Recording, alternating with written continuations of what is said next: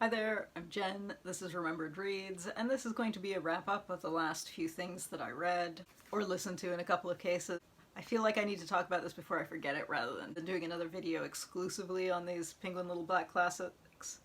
But I read How to Use Your Enemies by Baltasar Gracián, who was a 17th century Spanish priest, and this book is like, it's almost a self-help book in the style of like Dale Carnegie, kind of how to make friends and influence people, except even more cynical, as the title, How to Use Your Enemies, kind of suggests. It's actually hilarious in the sense that it is tips that you could still use to manipulate people into helping you out. And it's just funny to see something like this that you expect to have been written in the 20th century, maybe the 21st century, back in the 17th century, and especially from a priest. So yeah, this was surprisingly relevant in terms of being similar to self-help books that you still see today. And I was going to say surprisingly cynical, but I suppose back in 17th century Spain, I imagine priests had a lot of political power, so yeah, that was an interesting thing. As with all of those, they are 50 pages long. I don't have a huge amount to say about it. Next up, I read a graphic memoir, Poppies of Iraq. This is written by Brigitte Findakly and drawn by Louis Trondheim, although she also does the coloring. She is a colorist by profession, and this was translated by Helge. This is a set of memories that goes through the author's childhood. She was born in Iraq in the 50s.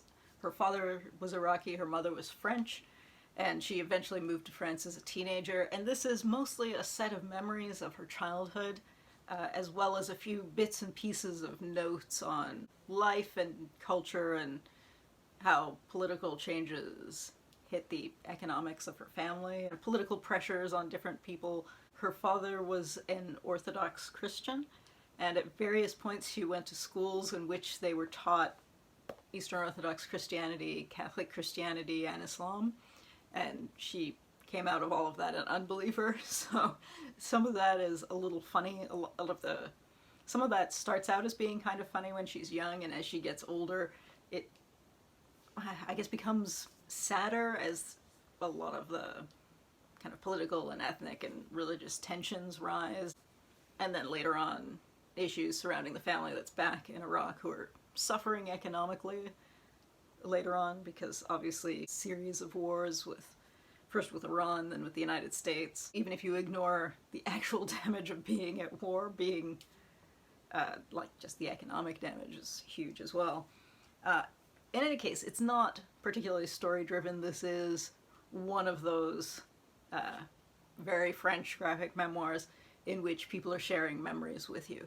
So don't go into this expecting a narrative, but it is quite lovely. And the art style has a kind of simplicity to it that I think almost hides some of the depth that's in here. So this is, it's quite a nice book. I also read an arc from NetGalley of a book that's coming out, I believe, next week, and that is Outsiders at Home, The Politics of American Islamophobia by Nazita Lajevardi. This is a broad, she is a associate professor at the University of Michigan, and this book is put out by Cambridge University Press. It is, the style of the writing in it is a little more accessible than a purely academic book, but it is heavily statistics focused, so I wouldn't say that this is really aimed at a popular audience either. I do feel like this is something that somebody might read in a second-year university class, maybe. This is a fairly broad overview of trends in resentment and just general attitudes towards what the author is categorizing as Muslim Americans, which is not exclusively people who would check the Islam box if they were being asked about their religion, because it is so highly racialized in a way that it's not necessarily in, say, Western Europe or Canada, where there's more overlap with xenophobia as opposed to racism. So that was interesting. There's a lot of dividing up of, if you were given a photo of a person and these three people have the same name, but one is white and one is brown and one is black, how do you act? Or how does the general population react to that?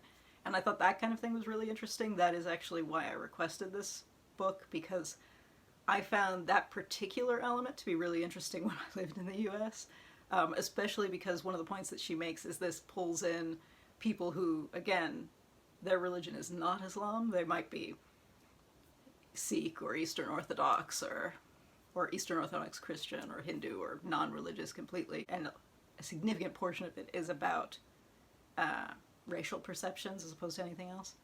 So because it is so statistics heavy, I feel like it's not really designed for a popular audience, and I think there is a version of this that would be very interesting for a popular audience, but I don't know that this specifically is that.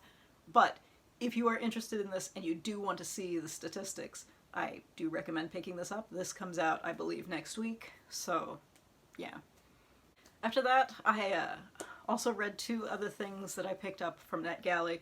One is a graphic novel that has just been released, and that is Volume 1 of Ghosted in LA, which is written by Sina and drawn by Siobhan Keenan and colored by Cathy, who I normally don't mention the colorist, but the colors in here are worth mentioning because there was some creativity involved in that.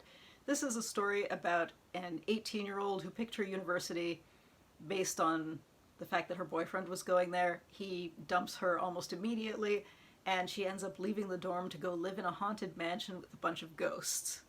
And it's actually really charming. It has some really light, like, religious commentary and social commentary that I thought was surprising in this. The art style is lovely. We get flashbacks to the past lives of the ghosts, and that's why I wanted to mention the colorist, because the color scheme changes in those. The art style stays the same. There are some books like this where if you had a flashback like that, the style would change, and what changes instead is the color. So I thought that was really effective.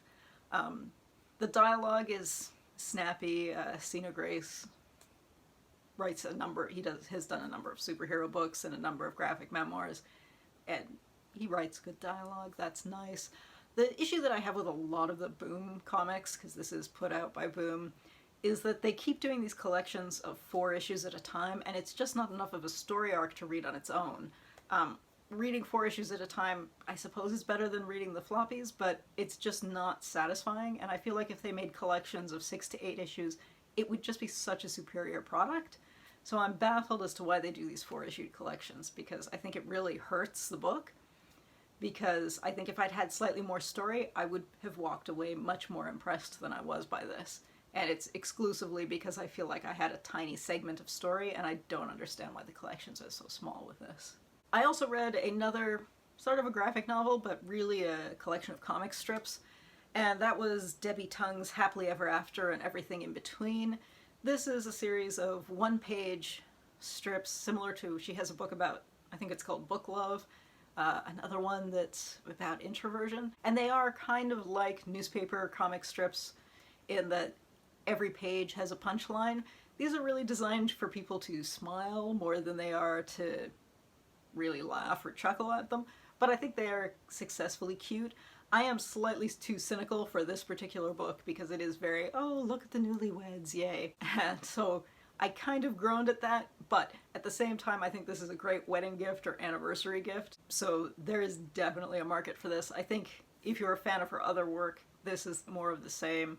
If you enjoy the Sarah Scribbles books, this is a very similar sense of humor, so I think this would be your thing too. So this was not a book that I particularly would be reading for myself, but as a gift, I think this is a great thing that one could pick up and give as gifts, or that I would give as a gift. And I believe this is also coming out in a week or so. This is another one that I picked up on NetGalley. I also listened to 2 audiobooks this week, one of which was Mohsin Hamid's Discontent and Its Civilizations, Dispatches from Lahore, New York, and London. This is basically a collection of articles and essays that he's published elsewhere. The first section is life and is basically memoir pieces. The middle section is art, in which he discusses art, writing, reviews other people's writing.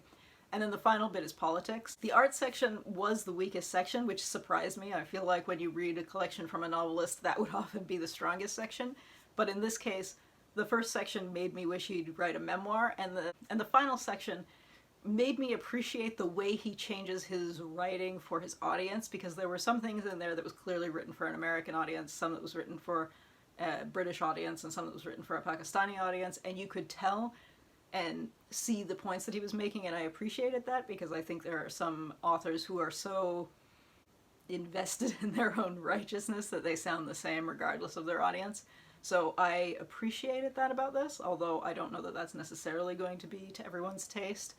It is relatively short. He narrates the audiobook himself, which I was uncertain about because I've seen him interviewed and he seems like a good speaker, but with some authors like this, it's not like with the comedian memoirs where that's always the right choice, but it definitely was the right choice here. He was very good at the tone bits. So I thought this was quite enjoyable. I think I enjoyed this more than I enjoy his fiction writing, actually. So I think that's it. That was my week. If you've read any of these, I'd love to hear what you think. Anyway, that's it for now. Ciao.